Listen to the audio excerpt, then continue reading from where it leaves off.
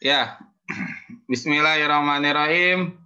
Assalamualaikum warahmatullahi wabarakatuh. Waalaikumsalam warahmatullahi wabarakatuh.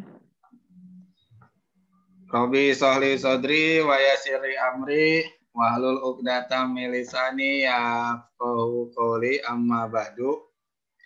Pertama-tama marilah kita panjatkan puja serta puji syukur kehadirat Allah Subhanahu wa taala yang mana berkat rahmatnya kita masih diberikan kesehatan, kita masih diberikan kekuatan untuk bisa melaksanakan BDR pada hari Rabu pagi menjelang siang ini.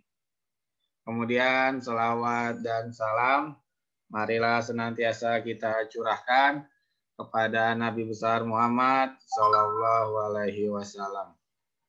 Baik anak-anakku semuanya, mari kita mulai BDR PPKN kita pada hari Rabu ini dengan sama-sama membaca basmalah. Bismillahirrahmanirrahim. Oke, saya akan absen terlebih dahulu. Ini baru ada 32 orang.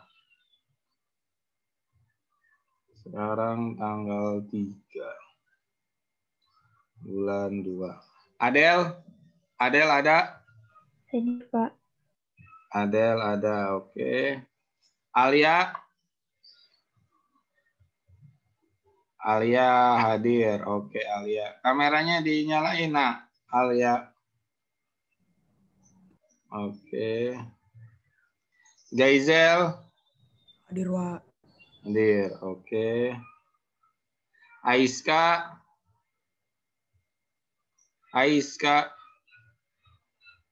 kemana Aiska nih? Tadi ada pas ikrar. Aiska belum ada. Amadan hadir, Amadan, oke. Bianca Hadir, Pak. oke, Bianca. Kamu masih ada kendala internet ya, Neng ya? Iya, Pak. Takutnya Oke. keluar mulu. Sejak Iya. saya di off cam kan itu nggak keluar masuk. Iya, Keluar masuk. oke, nggak apa-apa. Kemudian Nazma. Hadir Pak. Oke, Najma ada. Damar mana Damar nih? Damar belum ada. Nendra Hadir Pak. hadir, oke.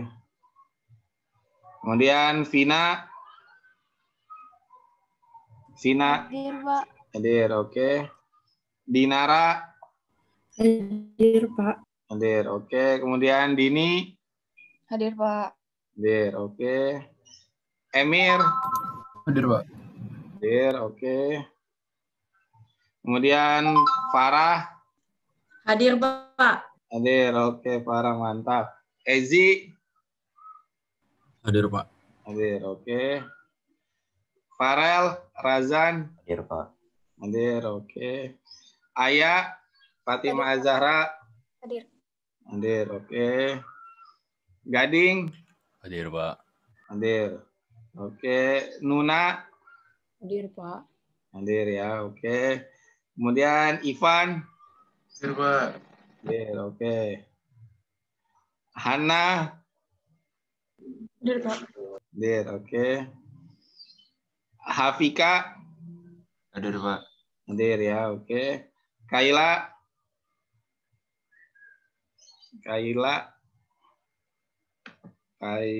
saya cek di Zoom, Kaila belum ada. Kemudian Sidki Hadir Pak. hadir ya, oke. Kemudian Raffi ada, oke. Rifa Hadir Pak. hadir, oke. Nahla Hadir Pak. ada ya, oke. Nabil Zaya Nabil Hadir Pak. hadir, oke. Lea Najwa Lea Lea belum ada. Noah? Hadir, Pak.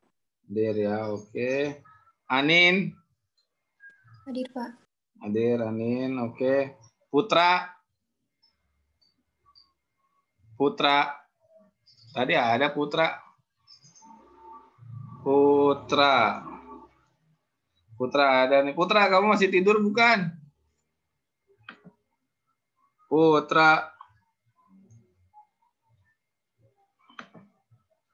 Kemudian Farhan, Atala Farhan. Hadir, Pak. Hadir, oke. Raina. Hadir, Pak. Hadir, oke. Rainara. Ray. Ya, kameranya nyalain dulu, Ray. Izadi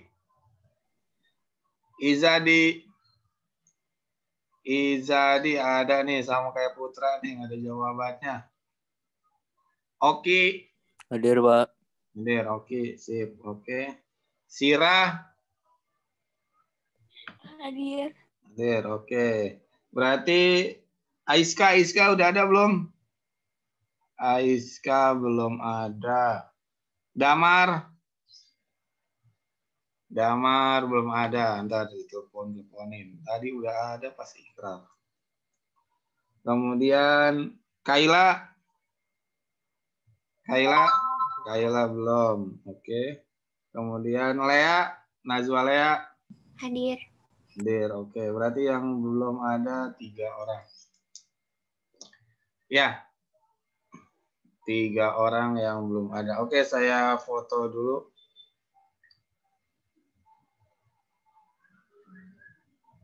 Satu, Ray kameranya. Kalau Gading lagi sakit. 1, 2, 3. Oke.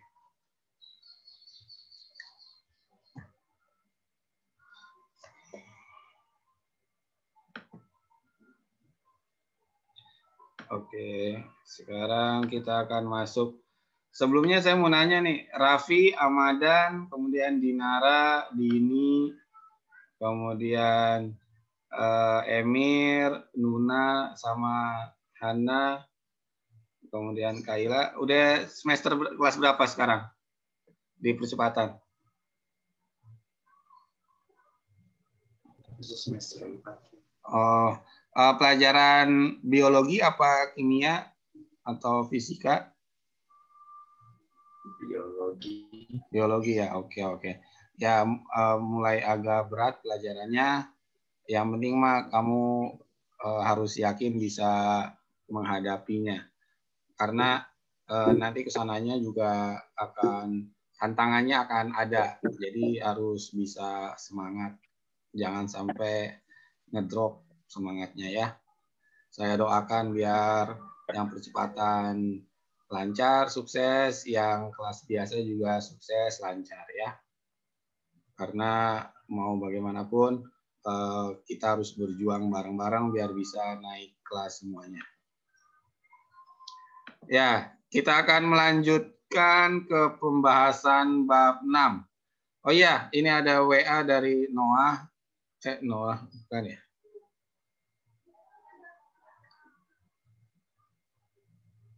Oh iya Noah, untuk remedialnya minggu depan. Jadi nanti minggu depan semua tugas, kemudian juga remedial dan susulan akan saya kasih tahu. Kenapa minggu depan? Karena memang biar sekaligus. Jadi minggu depan waktunya kita mengerjakan tugas, mengerjakan remedial kalau ada, kemudian juga yang belum ulangan susulan ya. Jadi minggu depan. Jadi gitu ya Noah ya. Oke, Pak, makasih. Oke, sekarang silakan dibuka dulu bab 6-nya. Kita akan masuk ke materi yang baru. Ayo buku paketnya dibuka dulu. Ayo silakan buku paketnya dibuka dulu.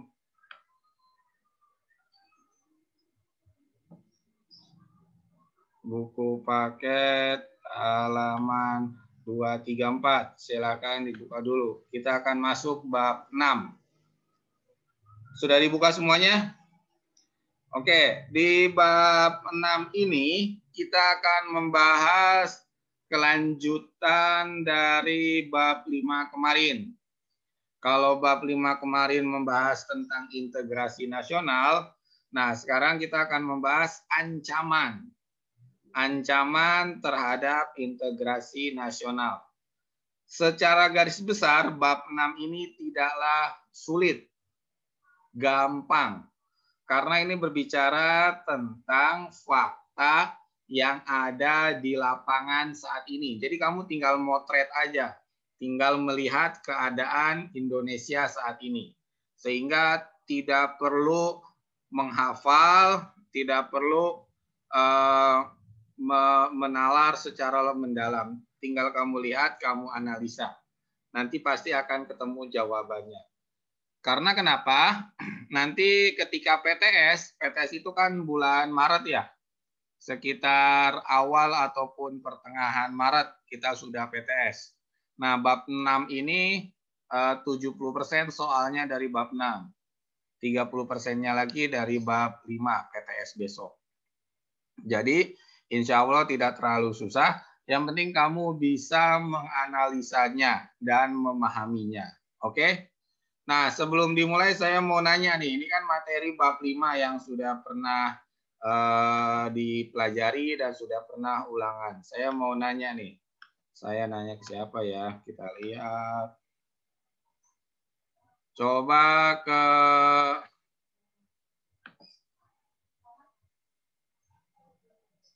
ini aja. Ke Dini. Ya, Pak. Ya, Dini. Apa pengertian integrasi nasional? Apa pengertian integrasi nasional, Din? Ini materi bab 5. Saya ulang lagi. Apa pengertian integrasi nasional?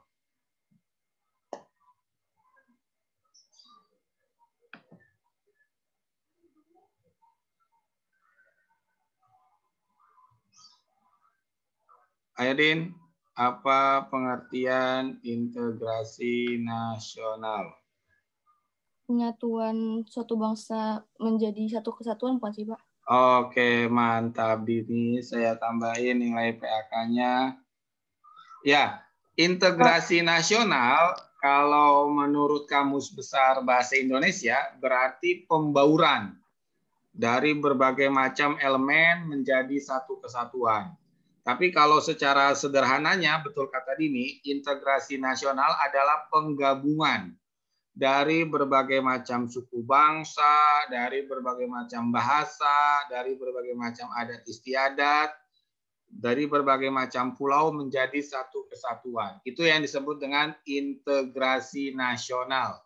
Nah, sekarang di bab 6, fokus kita adalah melihat ancaman. Ancaman yang mengganggu integrasi nasional.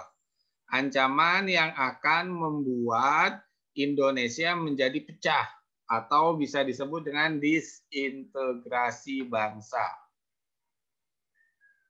Ya, jadi di bab 6 ini kita akan membahas hal tersebut. Ancaman terhadap integrasi nasional. Nah, saya ambil foto ini dari Google.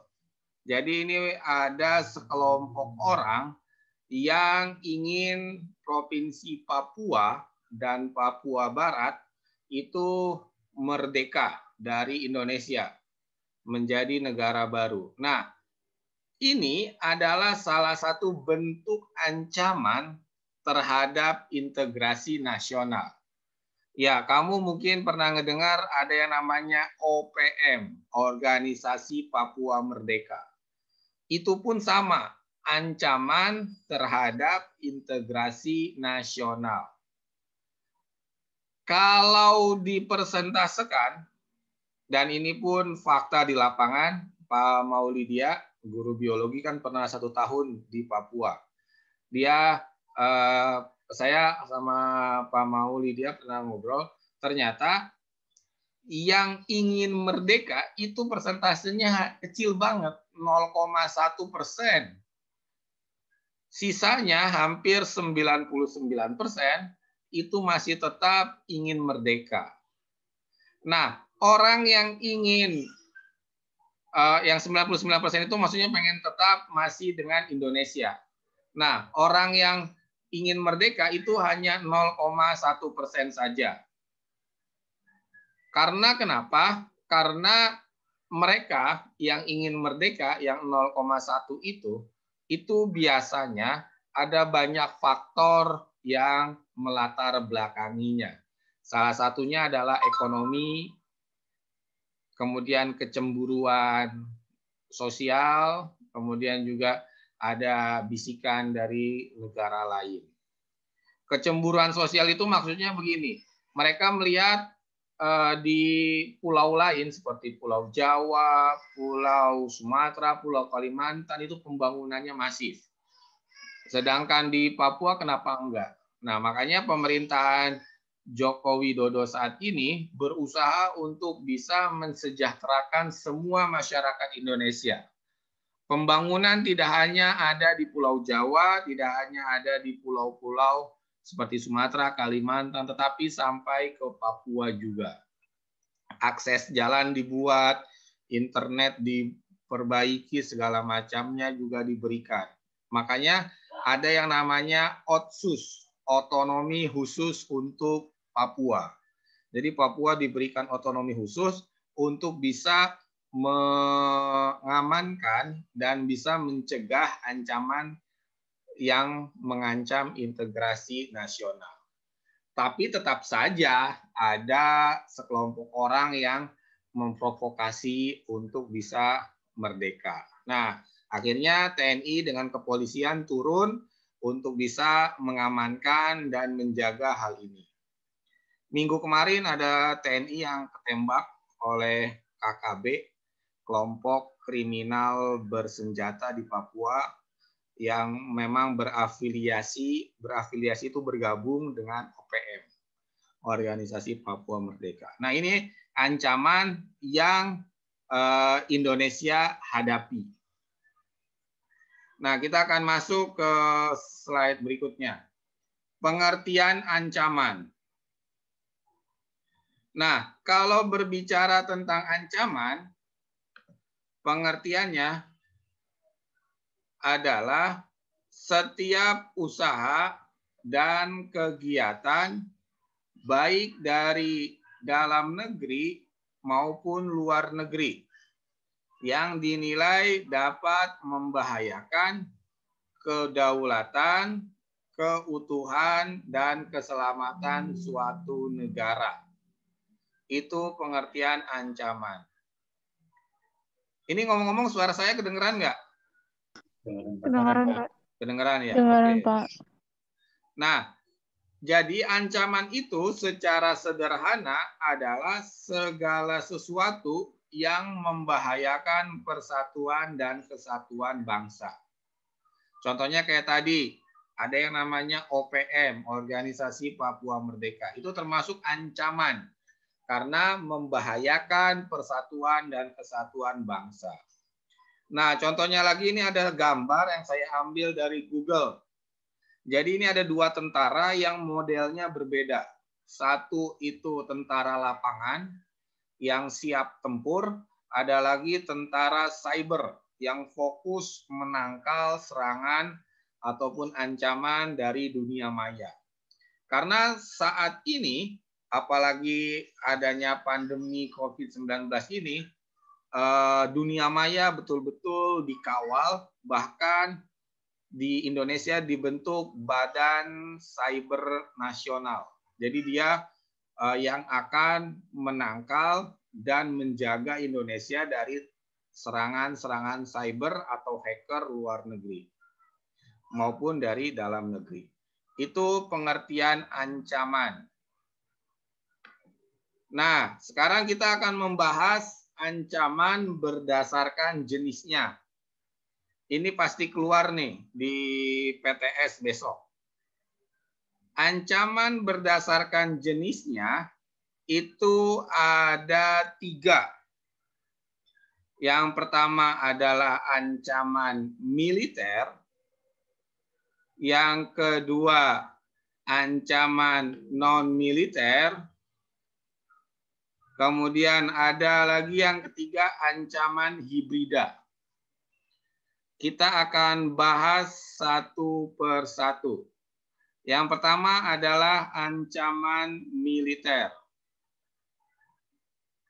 Ancaman militer adalah ancaman yang menggunakan kekuatan bersenjata.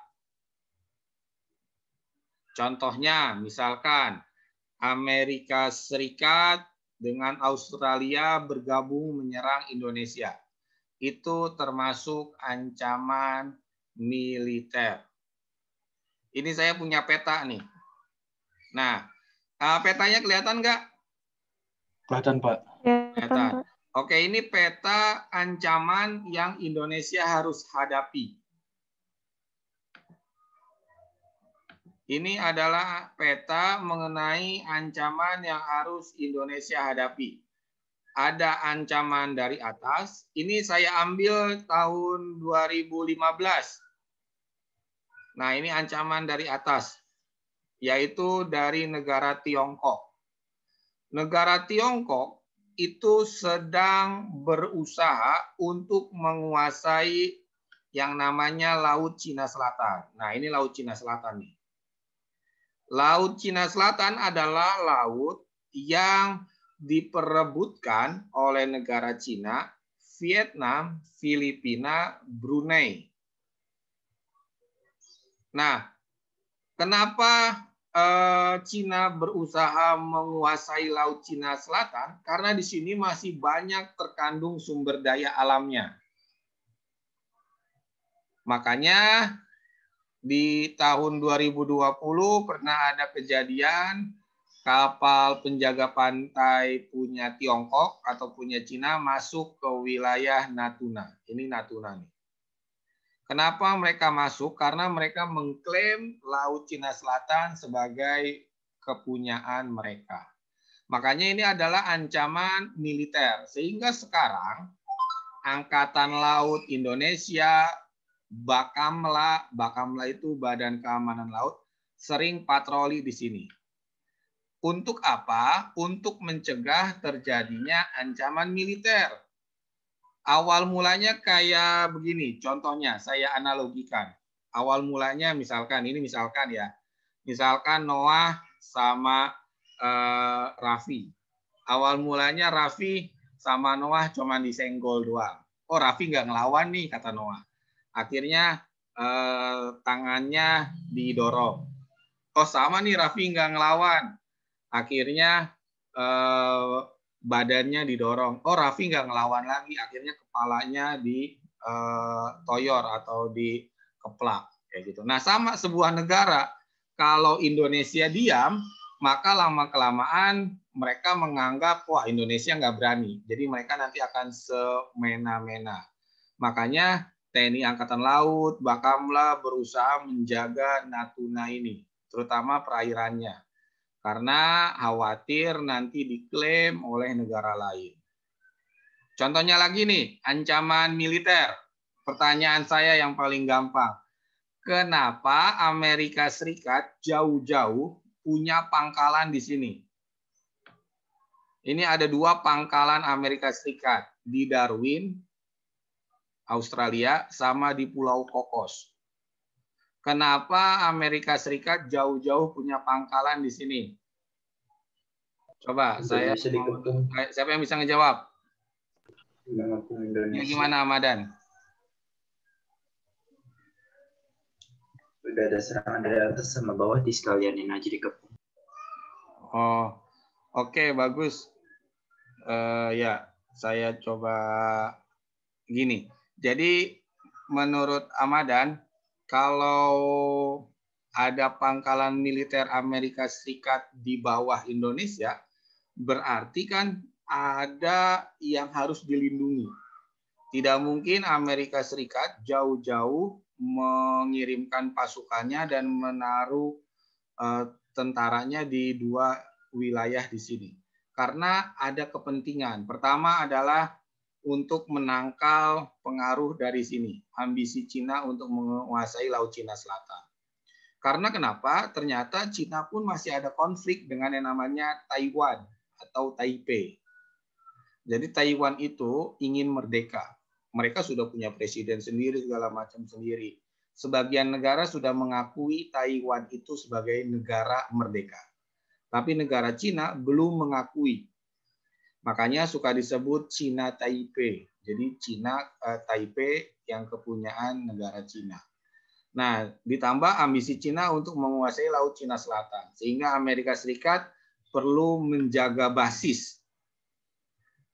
Menjaga basis itu maksudnya melakukan pengamanan. Seandainya di sini ada konflik, mereka tinggal langsung datang.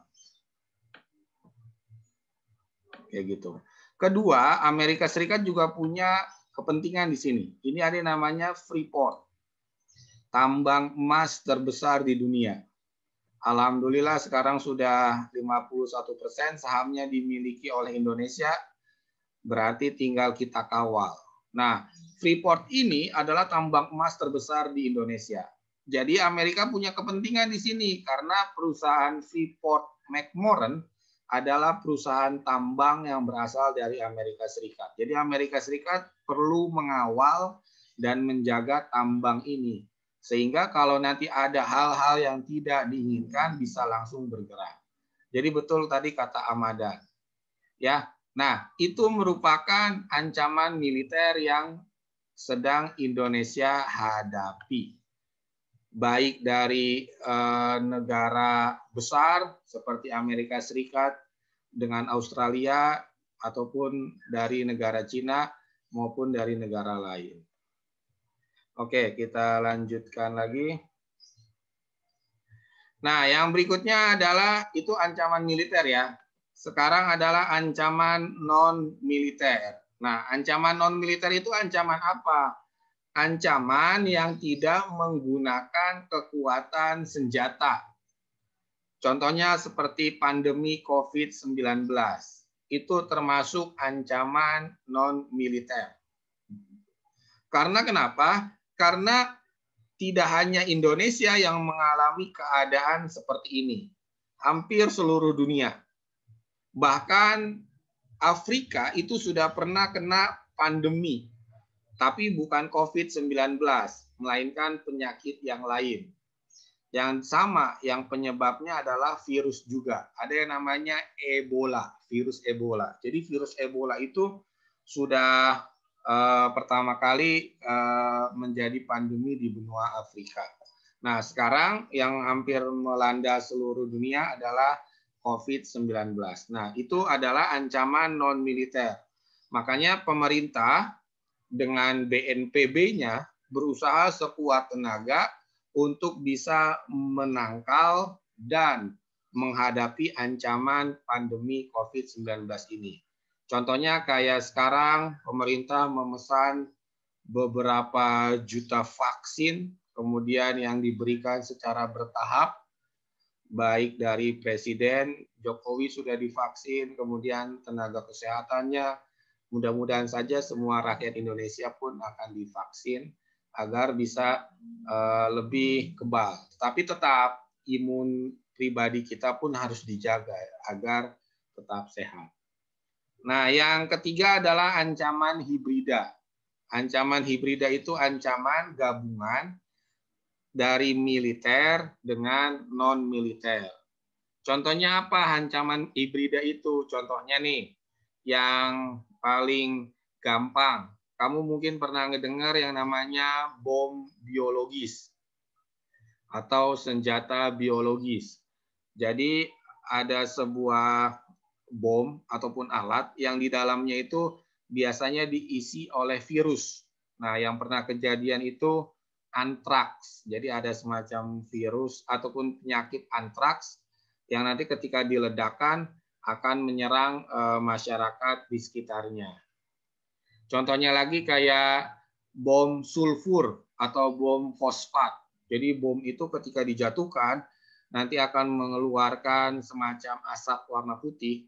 Kalau kena kulit itu bisa melepuh. Nah, itu termasuk ancaman hibrida. Jadi ancaman militer yang digabungkan dengan non-militer.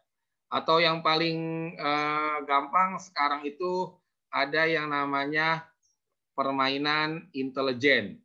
Jadi negara-negara besar, negara-negara maju sekarang sudah memiliki hacker masing-masing ataupun punya tim IT masing-masing yang bekerja untuk mencari data penting dari negara lain.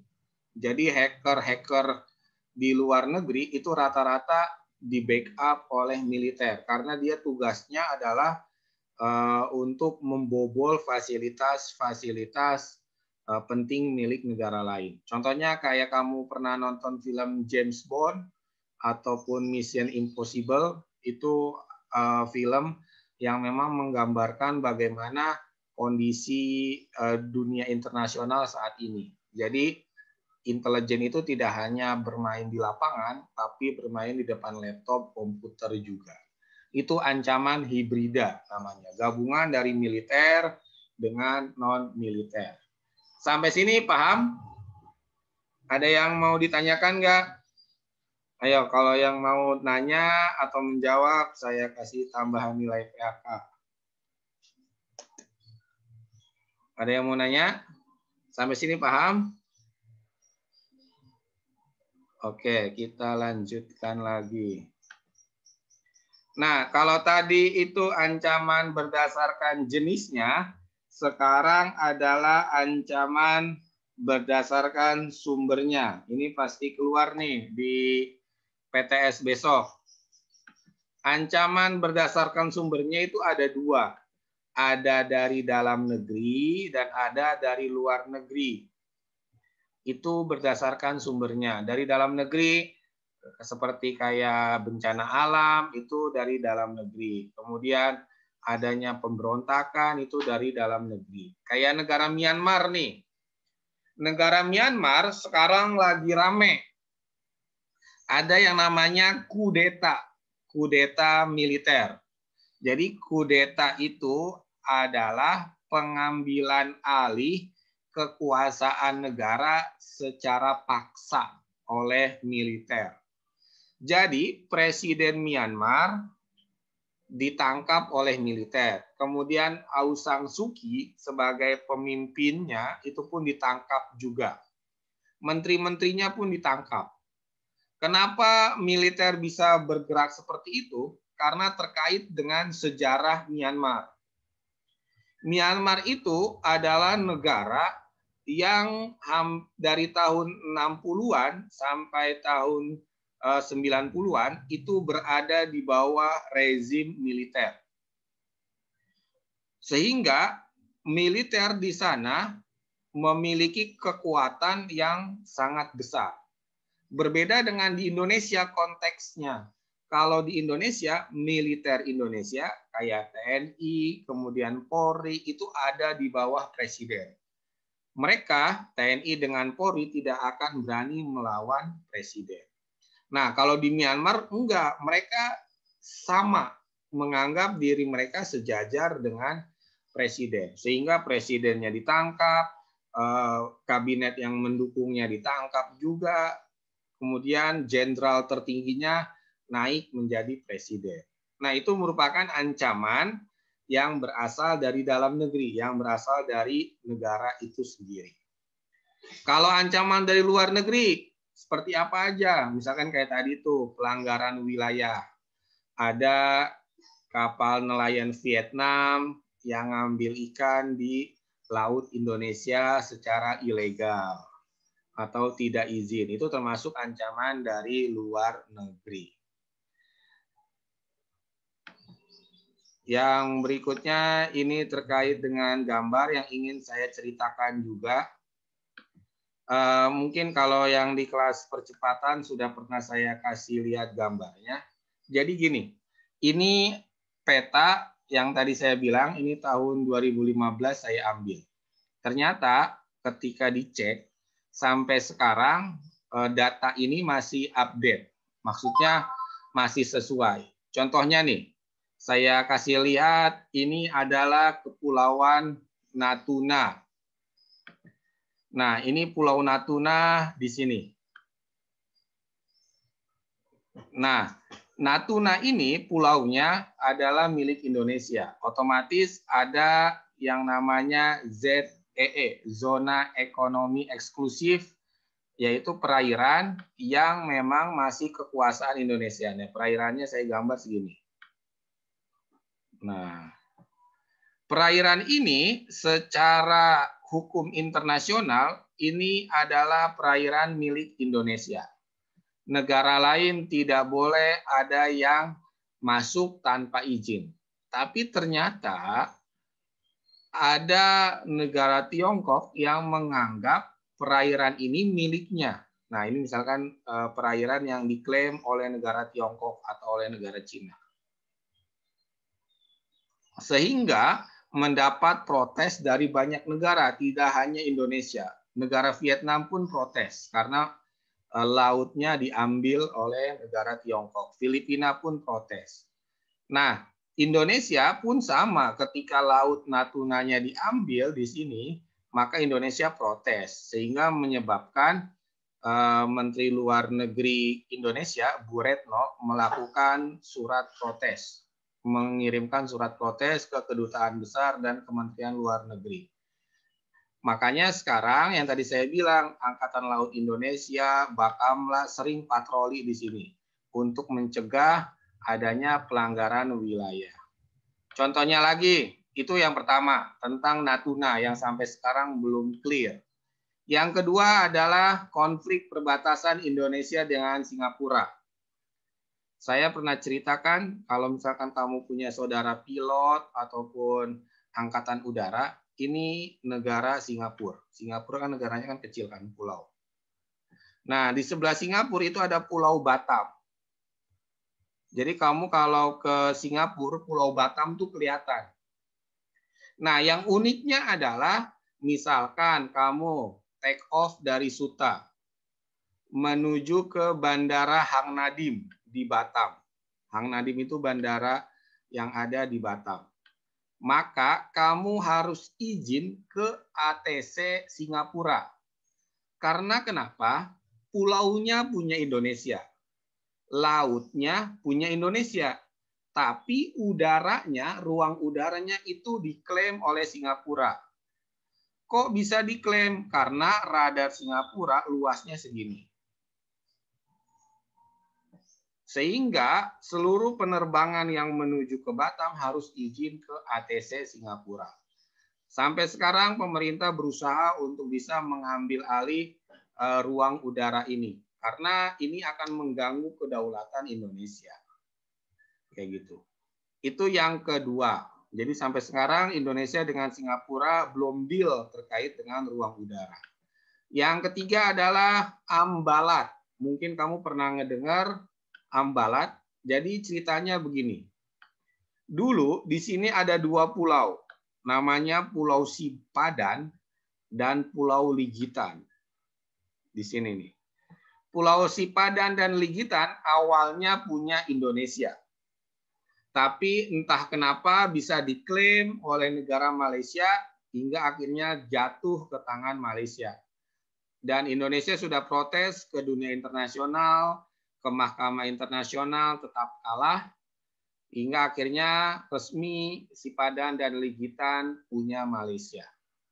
Nah, ketika dua pulau ini menjadi milik Malaysia, otomatis zona ekonomi eksklusifnya pun akan berubah.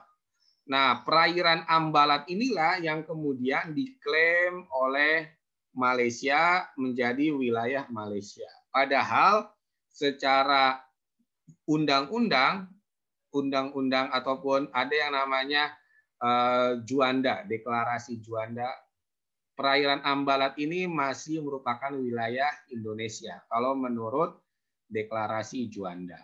Nah, sampai sekarang pun ini belum bisa diselesaikan secara clear. Jadi baru hanya perjanjian-perjanjian saja. Nah, itu adalah ancaman yang berasal dari luar bagi negara Indonesia. Sampai sini ada yang mau ditanyakan? Paham tidak?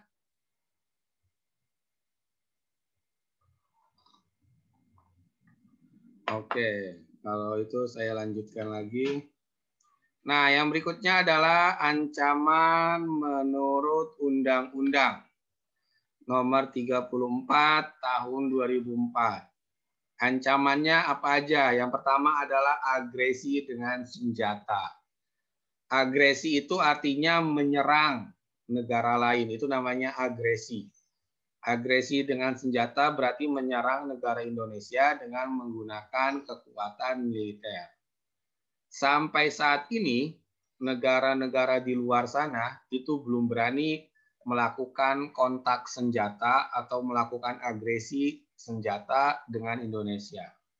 Kenapa nggak berani? Karena memang rakyat Indonesia secara sosiologis itu akan rela menumpahkan darahnya untuk membela negaranya. Jadi secara sosiologis bangsa Indonesia tidak takut ketika berperang dengan negara lain. Jadi sampai sekarang negara lain akan berpikir berkali-kali untuk menyerang negara Indonesia. Karena rakyat kita insya Allah pada berani semuanya. Yang kedua adalah pelanggaran wilayah. Nah, ini yang sering terjadi, terutama yang tadi tuh di perairan Natuna. Vietnam itu nelayannya sering ngambil ikan di Natuna, di perairan Natuna. Kenapa sering ngambil ikan di sana? Karena di sana terumbu karangnya masih bagus-bagus, sehingga ekosistem lautnya masih terjaga, ikan jadi senang ke sana. Waktu Menteri Susi masih menjabat sebagai Menteri Kelautan, itu sering nangkep kapal Vietnam ataupun dari Filipina ataupun dari Thailand yang menangkap ikan secara ilegal di Indonesia. Ketika sudah terbukti, maka kapalnya akan ditenggelamkan. Itu merupakan ancaman pelanggaran wilayah. Belum lagi pesawat. Pernah ada kejadian pesawat jet F-16 punya Amerika Serikat masuk ke Tarakan di Kalimantan tanpa izin. Akhirnya ketangkap oleh radar Indonesia, disergap oleh Sukhoi Indonesia, akhirnya pesawat Amerika Serikat keluar dari wilayah Indonesia. Itu pelanggaran wilayah yang mengancam Indonesia. Yang ketiga, pemberontakan bersenjata. Seperti OPM, itu termasuk pemberontakan bersenjata. Kemudian pemberontakan bersenjata, contohnya lagi, kalau kamu pernah ngedengar Satgas Tinombala di Sulawesi Tengah, itu ada MIT, Mujahidin Indonesia Timur, yang sedang diamankan oleh Satgas Tinombala karena mereka menggunakan senjata, melakukan teror bagi masyarakat. Yang keempat ini sabotase. Sabotase itu pengertiannya adalah upaya ataupun tindakan untuk mengganggu lembaga ataupun badan vital negara. Contohnya nih, PLN, pembangkit listriknya diledakin, dibom oleh teroris. Pulau Jawa selama 2 hari 2 malam mati lampu. Nah, itu termasuk sabotase. Contohnya lagi, rel kereta api dirusak sehingga lintas Pulau Jawa menjadi terganggu. Itu termasuk sabotase. Kemudian yang kelima, spionase. Spionase itu berasal dari bahasa Prancis, memata-matai. Ibarat kayak kaca spion mobil, melihat atau menengok. Jadi spionase ini adalah memata-matai negara lain dengan intelijen. Indonesia pernah dispionase oleh negara lain. Ini fakta nih. Waktu SBY jadi presiden, telepon selulernya itu pernah disadap oleh negara Australia. Sehingga SBY nelpon siapa, isi pembicaraannya apa, mengirim pesan apa, tujuannya kemana, itu ketahuan semuanya. Dari mana bisa kebongkar? Ternyata ada yang namanya Wikileaks ya.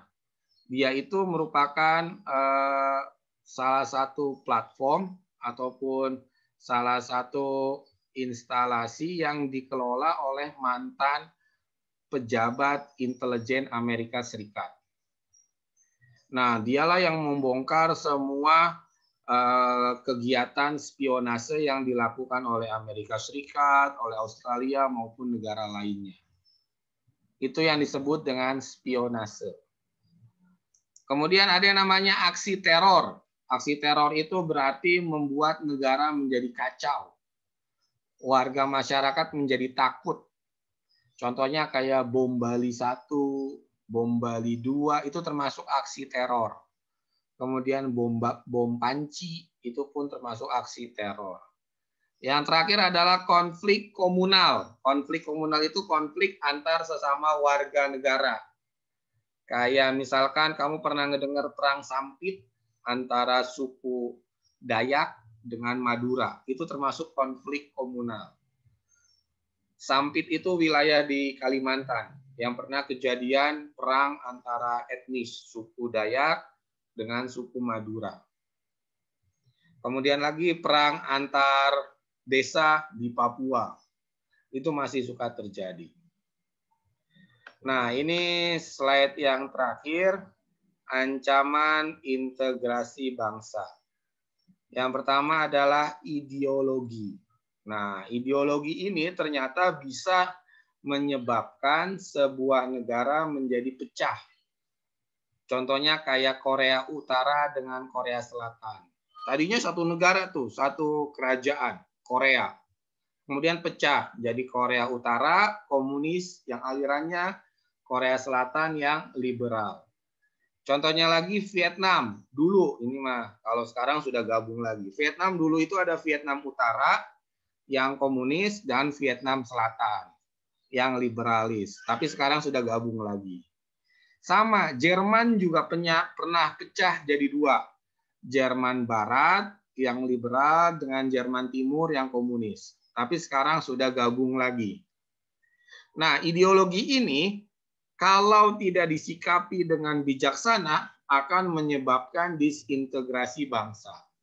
Makanya komunisme kenapa dilarang di Indonesia? Karena itu ideologinya akan membahayakan persatuan dan kesatuan bangsa. Kita pernah merasakan G30 SPKI. Kemudian ada lagi pemberontakan Madiun yang dilakukan oleh komunis. Itu menjadi sejarah panjang bangsa Indonesia. Makanya komunisme saat ini dilarang di Indonesia. Yang kemudian demografi, pertumbuhan penduduk, itu pun menjadi ancaman. Makanya di Indonesia dibentuklah BKKBN. BKKBN itu merupakan lembaga yang mengawal program demografi di Indonesia. Makanya waktu zaman Orde Baru ada istilahnya KB, keluarga berencana. 2 anak aja cukup. Karena itu untuk menjaga demografi bangsa Indonesia agar tetap terkendali. Yang ketiga, penyalahgunaan teknologi. Ini yang saat ini sering terjadi. Contohnya nih yang paling rame saat ini adalah seorang aktivis mantan Komnas HAM itu disamakan dengan hewan, yaitu gorila. Nah, akhirnya ada pelaporan yang menganggap itu merupakan tindakan rasis. Akhirnya orang yang membuat tulisan tersebut diproses oleh polisi. Nah, itu merupakan ancaman disintegrasi bangsa. Kemudian faktor alam. Kayak kemarin bulan Januari ada gempa bumi di Sulawesi, ada banjir di Kalimantan, ada tanah longsor di Jawa Barat, ada gunung meletus di Jawa Tengah dan Jawa Timur. Itu merupakan ancaman yang berasal dari alam. Makanya pemerintah membuat BNPB, Badan Nasional Penanggulangan Bencana. Kemudian masalah sosial dan budaya. Ini yang biasanya sering terjadi di kota besar, kayak tawuran, kemudian juga kriminalitas, itu termasuk masalah sosial dan budaya yang akan mengancam persatuan dan kesatuan bangsa. Dan yang terakhir adalah ancaman politik. Nah, ini menarik nih ancaman politik. Karena gini, saya ambil contoh fakta saat ini ya. Waktu Pilpres kemarin, Pak Jokowi bergandengan tangan dengan Kiai Haji Ma'ruf Amin. Lawannya adalah Pak Prabowo dengan Pak Sandiaga. Nah, politik waktu itu lagi panas, waktu pemilihan presiden. Akhirnya Pak Jokowi menang. Untuk mendinginkan politik yang panas agar tidak terjadi disintegrasi bangsa, makanya Pak Jokowi mengambil Pak Prabowo jadi menteri. Itu untuk mendinginkan situasi politik yang membahayakan integrasi nasional. Oh, ternyata masih ada sedikit letupan-letupan. Akhirnya ditarik lagi Pak Sandiaga jadi menteri. Itu semuanya agar bisa mendamaikan, mendinginkan situasi politik di Indonesia. Agar ancaman disintegrasi bangsa tidak terjadi. Sampai sini paham nggak? Ada yang mau ditanyakan? Ayo, yang mau nanya siapa? Boleh tanya tentang yang ancaman menurut UUD nomor 34 nggak? Gimana? Oke, Ayah. Yang spionase Ya. itu kalau misalnya Indonesia dispionase sama negara lain itu ditindaklanjutin nggak? Oke, bagus Ayah. Saya tambahin dulu nilai PHK-nya. Jadi gini, spionase ini merupakan kejahatan ilegal. Jadi semua negara pasti akan mempunyai intelijen di negara lain. Jangankan negara maju. Negara-negara yang kecil saja pasti punya intelijen. Contohnya yang paling kelihatan adalah negara Israel. Israel itu punya yang namanya Mossad, agen intelijennya. Agen Mossad itu tidak hanya di negara Arab saja, bahkan di seluruh dunia ada. Nah, mereka melakukan tindakan-tindakan intelijen spionase untuk mencari tahu keadaan negara tersebut. Contohnya nih, ini fakta nih. Mesir itu kan pernah terjadi kudeta. Ternyata yang saya baca, kudeta di Mesir terjadi salah satunya adalah karena ada agen intelijen Israel yang bermain di sana. Jadi tadinya Israel itu sangat dibenci oleh Mesir. Akhirnya Mesir dimasuki atau disusupi oleh agen intelijen Israel. Dia menyamar sebagai warga Mesir, tapi pola pemikirannya pro terhadap Israel. Semua data-data Mesir diambil, diserahkan ke Israel. Hingga akhirnya ketika perang, Mesir kalah. Dan semenjak itulah Mesir mulai menjaga hubungan dengan Israel.